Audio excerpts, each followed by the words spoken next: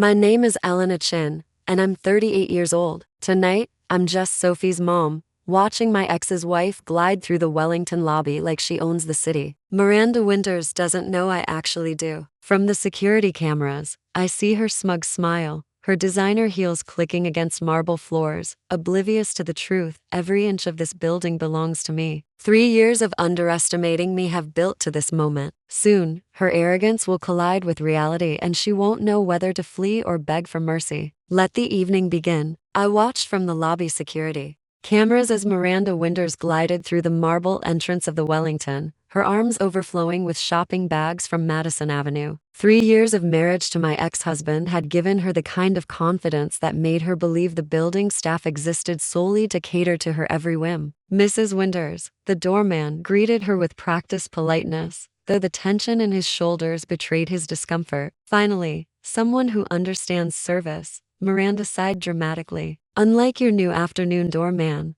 he actually made me wait. Yesterday while he helped some delivery person, I made a mental note to give that afternoon doorman a raise. At that moment, Miss Chun, my building manager, appeared at my office door. Robert, she began, the contractors just sent over the unauthorized renovation plans from the Winters penthouse. You want to see this? I took the blueprints, studying Miranda's ambitious plans to merge two penthouses without any proper approval. Classic Miranda, acting as though she owned the building when she was barely a tenant. She's throwing a housewarming party tonight, Robert added. Half of Manhattan's elite will be there, including me. I smiled, remembering the invitation that had arrived at my modest downtown apartment, not because Miranda wanted me there, of course. She had no idea I was Elena Chin, the reclusive real estate developer who owned the Wellington and half the luxury buildings in Manhattan. No, the invitation had come because my ex-husband David still shared custody of our daughter, Sophie. Should I alert security that you'll be attending? Robert asked. No need, I said, smoothing my simple black dress. Tonight I was just Sophie's mom, the one Miranda assumed worked in some investment office downtown. Hours later, I stepped into the private elevator that would take me to the penthouse. Sophie had texted earlier, Mom, please don't let Miranda bother you. You know how she gets to. I knew exactly how Miranda got. Like the time she told Sophie that my small apartment wasn't suitable for her sweet 16 party. Or when she suggested Sophie shouldn't mention our humble background to her private school friends. The elevator opened directly into the penthouse foyer where a string quartet played and Manhattan's elite mingled, glasses of champagne in hand. The renovations were even more extensive than the plans had shown, and definitely not up to code. Sophie appeared, radiant in a dress that clearly came from one of Miranda's shopping sprees. You came? She whispered, her eyes scanning the crowd nervously. Of course, sweetie, I hugged her, noting her anxious glances. How's the party? Oh my God. Miranda's voice cut through the room. Who let the help use the private elevator? I turned to see her standing there in a $1,000 dress, hair perfectly styled, face full of disdain. Miranda, I started, but she waved her empty champagne glass at me. The service elevator is in the back, she announced loudly. And while you're here, the guest bathroom needs attention. Sophie's face turned crimson. Miranda, that's my mom, obviously, Miranda interrupted. And while we're grateful for her working gas perspective in Sophie's life, tonight is not the time. The cleaning staff should know better. Nearby conversations quieted as guests turned to watch. Across the room, I saw David frozen mid-con conversation, a mask of discomfort on his face. I could have revealed myself right then, pulled out my phone, shown her the building's ownership documents, but instead I smiled and took her champagne glass. Of course, Mrs. Winters, though, you should know, the service elevator isn't up to code for staff use anymore. Someone should really look into that. Miranda's eyes narrowed. What would you know about building codes? More than you might think, I replied, handing her glass to a passing waiter. By the way, how's that renovation coming along? I hear the structural changes are quite ambitious. David, Miranda called sharply. Your ex-wife is harassing me about our renovations. Handle this. David approached cautiously. After 15 years of marriage, he knew my subtle smiles better than most. Elena, perhaps we should talk privately. No need, I said pleasantly. I just came to see our daughter and inspect the improvements, though I am curious about the permits for removing that load-bearing wall. Miranda's perfect eyebrows drew together. How would you even know about Sophie? Interrupted, understanding dawning on her face. Is there something you haven't told us about your job? I checked my watch. Actually, there's quite a lot I haven't mentioned. For instance, the fact that I have a meeting tomorrow morning with the building's real owner about these unauthorized renovations. Real owner Miranda Loft. Carolyn Chin would never waste her time with. She stopped abruptly, the champagne glass slipping from her manicured fingers. I caught it smoothly. Actually, it's Elena Chin, I corrected. Caroline was my mother. And you're right, I usually don't waste my time with tenant issues. But in this case, I smiled at my daughter. I have a personal interest in the building's proper management. The silence that fell over the penthouse was worth every second I had spent letting Miranda underestimate me. Sometimes the best revenge isn't an immediate confrontation. It's in watching the slow dawning of understanding cross a person's face. Miranda's face was a study in horror as she realized exactly who she had been calling help. David cleared his throat. Elena, why didn't you ever say anything about owning the building where you live? I raised an eyebrow. Or about managing the company that handles your real estate portfolio. Some things are more effective when discovered naturally. Don't you agree, Miranda? The string quartet had stopped playing, every eye in the room fixed on us. But I was watching my daughter, seeing the pride replace embarrassment on her face. The silence that gripped the penthouse was broken by the sharp click of Miranda's designer heels as she retreated to the kitchen, pulling David along by his sleeve. Guests quickly returned to their champagne glasses, though I could feel their furtive glances and hear the whispers beginning to circulate. Mom, Sophie whispered, do you really own the Wellington? Among other things, I said quietly. Remember last month when Miranda told you not to be seen in that common shopping mall with me? Sophie's eyes widened. No way. You own that too? I straightened a crypt painting on the wall, one of many improvements Miranda had made without approval, along with most of the commercial real estate in that district. But you drive a Volkswagen. We live in a normal apartment because those things serve their purpose perfectly well. I explained success isn't about showing off, Sophie. It's about building something meaningful. From the kitchen came Miranda's increasingly shrill voice. Did you know about this? How could you not know? I moved through the crowd, taking note of every whisper, every illegal alteration. The removed wall was load-bearing, the new marble flooring far too heavy for the original structure. All issues that would need professional legal attention. David emerged from the kitchen alone, face ashen. Elena, can we talk privately? I followed him to his home office, a room that according to the building plans shouldn't even exist. Nice renovation, I commented, glancing at the built-in bookshelves that had never been approved. Why didn't you tell me? He demanded,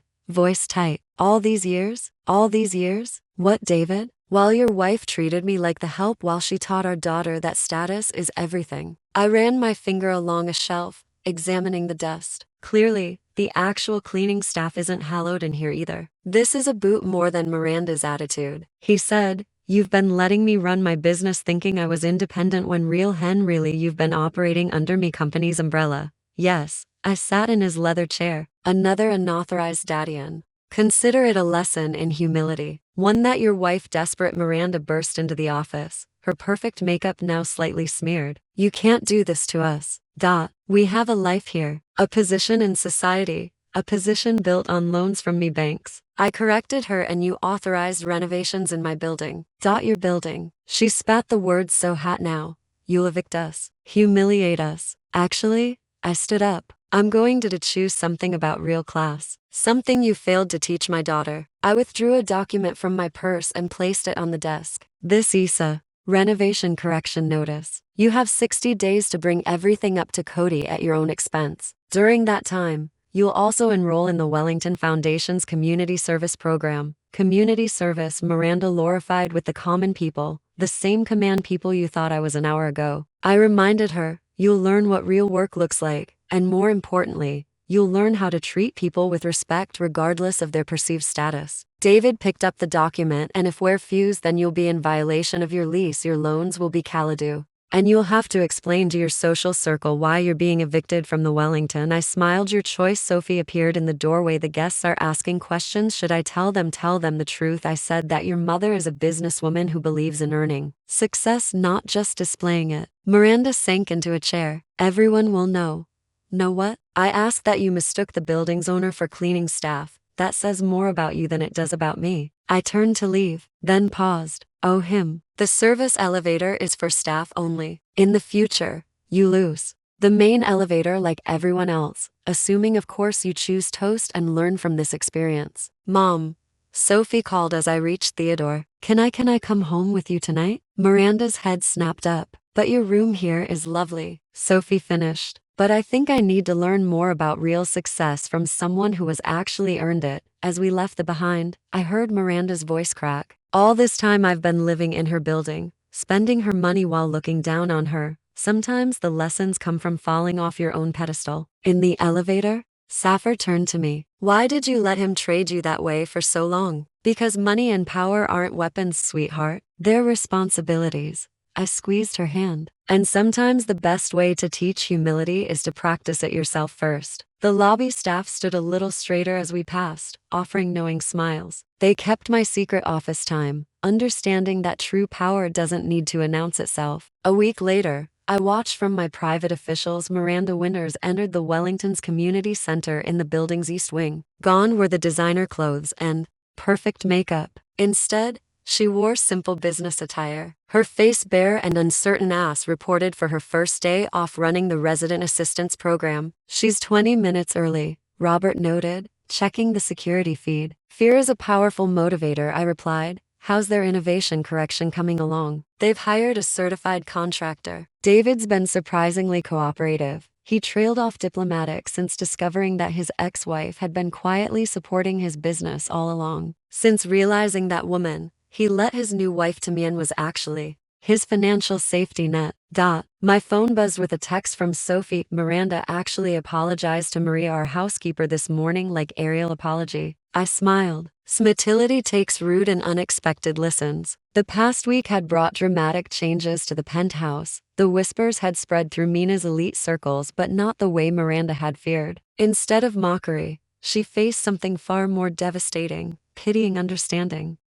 After all, what could be more mortifying than discovering you've been looking down on someone who'd been holding you all along? Miss Chun, my assistant, tapped at the door. Mrs. Winters is requesting a meeting. I checked Fed time. She has orientation for the next 2 hours. Tell her I'll see her afterward. When Miranda entered my office later that day, she was a different person from the polished socialite who dismissed me at her party. Her hands twisted nervously in her lap as she sat across from me. The community center residents, she began. They're not what I expected. You are actual people, not servants. I kept my voice neutral. There's a former college professor holist. Everything in a medical bankruptcy, she said quietly, and a retired ballet dancer who can't afford Manhattan rent anywhere else. They're just like you, I finished. One twist of fate away from needing help themselves. Why are you doing this? She asked suddenly. You could have humiliated me publicly, evicted us, because that's what you would have done in my position. I raised an eyebrow.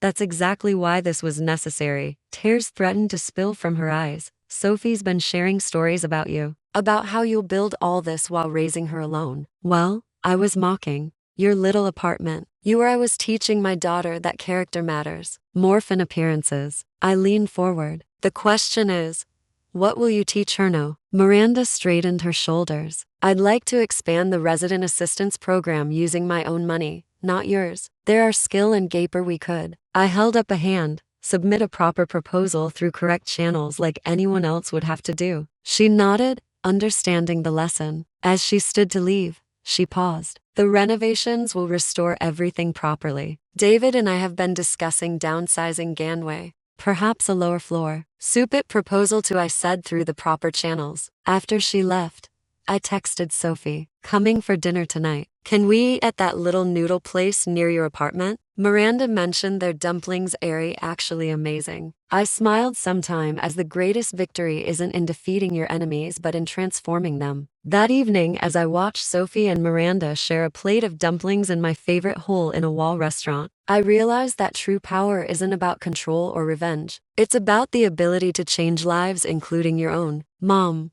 Sophie said suddenly, tell Miranda the story about how you bought your first building. I caught Miranda's genuine interest as she leaned forward. Designer clothes replaced by a simple, sweeter pretense finally stripped away. Well, I began. It started in a place not too different from this one. Sometimes the best endings aren't about winning or losing. They're about learning to see beyond the surface, about finding worth in places we once overlooked. You won't believe what happens when she realizes the building isn't hers. Read Elena's shocking revenge now.